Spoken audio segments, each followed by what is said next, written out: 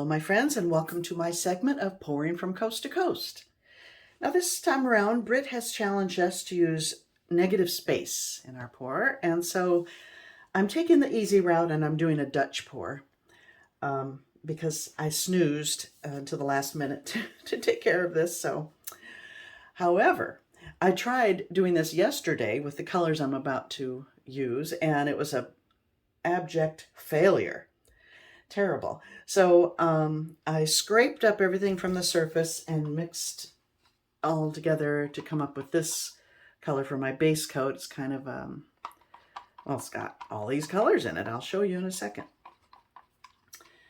My colors are, and I'm using Liquitex Fluid Paints mixed with Floetrol. I'll put the ratios down below.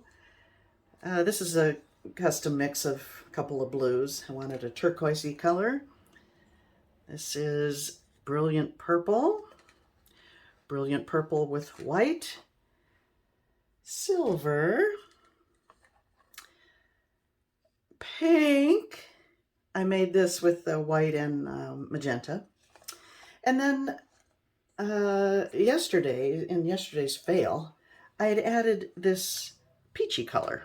I thought that was, I really like those two together, but it just didn't do anything for me in the overall pour results. And also, I didn't have enough dark. I didn't have enough dark value. So today I mixed up some Payne's gray. But I hate the way the Payne's gray looks with the peach. So this is going away. I need the dark. So now I have these colors and I think they look okay together. I don't have a lot left because, as I said, these are leftovers from my fail yesterday. So I'm going to be doing a chaos Dutch pour, leaving negative space. I'll pour all these colors out down here, blow it up, and then this part will be negative space. Now, this is a small canvas, a 10 by 20. I have a larger one here that I did a similar technique. And let's put it this way. Oops, I gotta do this, I guess.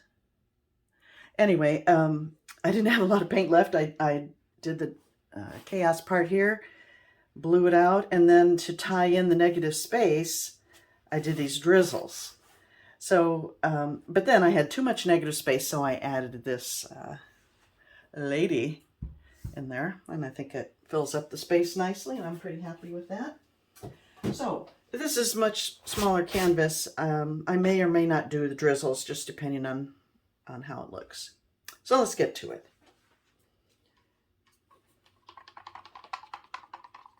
As I said, these are all drippings from the previous thing. I would show it to you, but I'm just embarrassed. It was really a disaster. I ended up taking my skewer and doing, skewering the whole Dutch pour. Didn't like that. Then I tilted it and really ruined it. So you win some, you lose. Oh, I should have made this come down further. Oh well, I'll tilt. So I don't hold great hopes for this either, but you just never know. And I shouldn't call it a fail before I've even started. So I better cover the edges because this is a custom color. It would be difficult to mix later.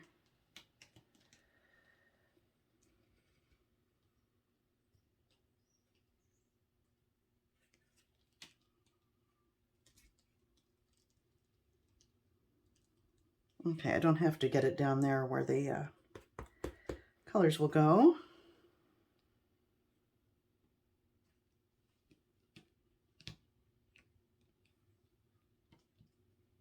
I usually do this part off camera because I like to scrape up the excess and save it, but this is the second go around with these colors anyway.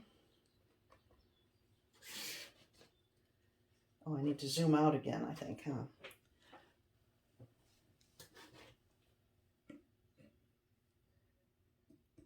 Okay, good enough. Let's see.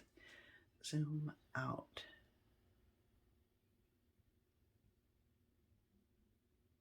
And okay, a little crooked, but that will have to do. Okay, now for the colors. My torch is dead. There's bubbles, but they'll go away. Oh. All right, I'm going to start with my Payne's Gray.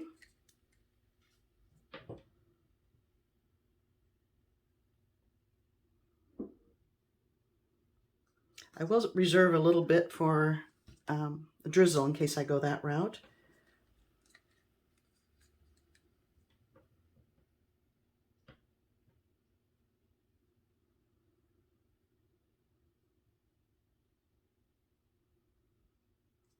And I didn't save any.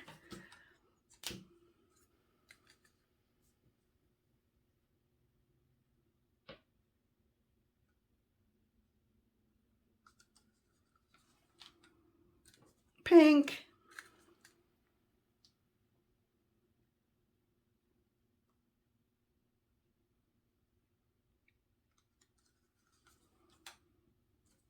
And now the blues.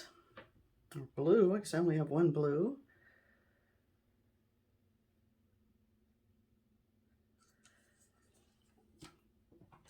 And silver.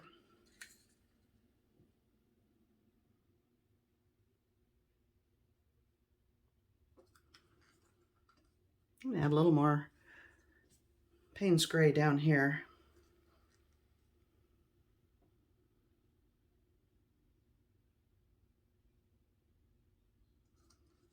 Okay. I have a lot of Dutch pour videos, some good ones, some really good ones. But in the early days, I wasn't savvy enough to turn the volume down on my video. So I've learned to do that in the past year or so. But if you watch some of my older Dutch pours, be prepared to turn the volume down as I get the hairdryer.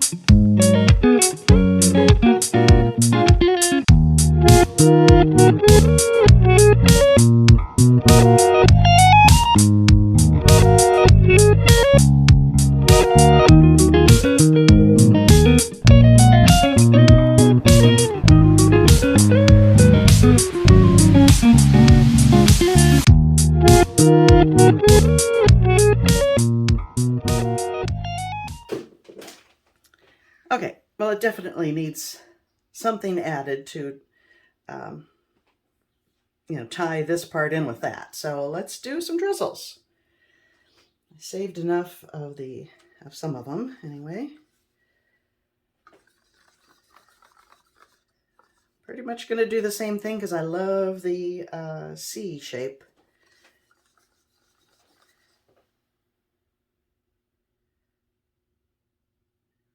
Come on.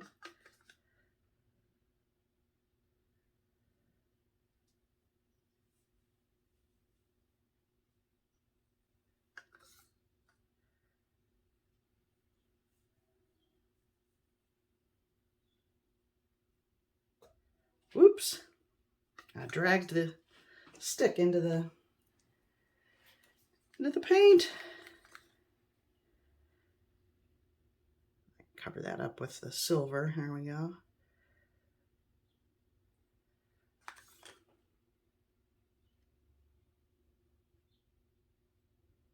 I find it so interesting how these colors blended together to make this color. It did have a little of the peach color in there too, but it's a nice neutral gray.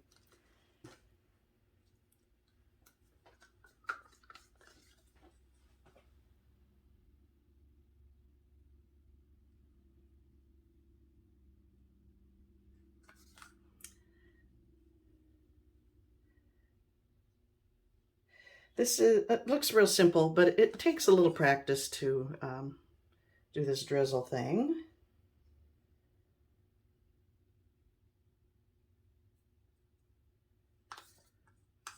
I get to come up with a challenge, whoops, next week, or next time we have this collab. What shall I do? I have some ideas.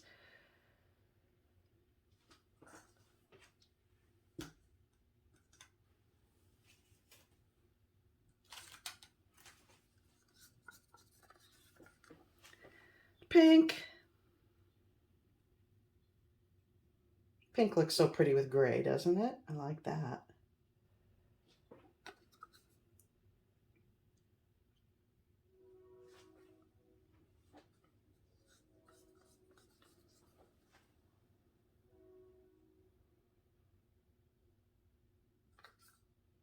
Yeah, I might mind some dots. Let's add some dots.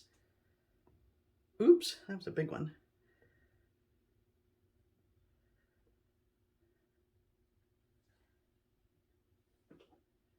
I don't think I mind that. All right.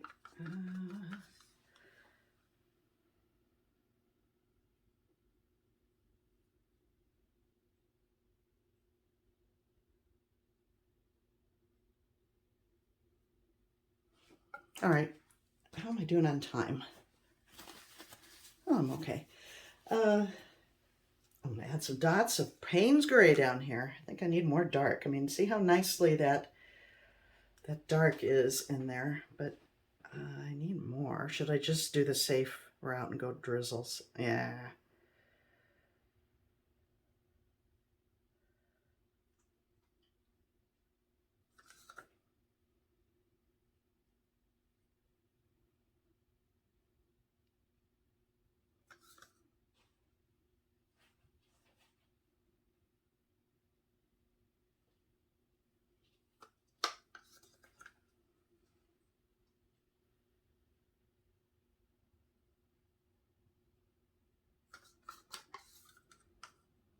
You need contrast, in my estimation, for a balanced painting. Colors are too similar in value. It's just not dynamic.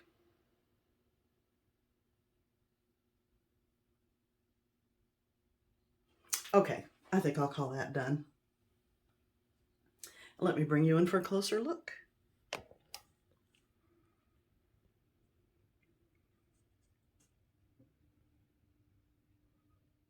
I like the appearance of this mix using these paints. You don't get big giant cells, which I don't care for in Dutch pours. So I'm happy with the little ones. And the drizzle.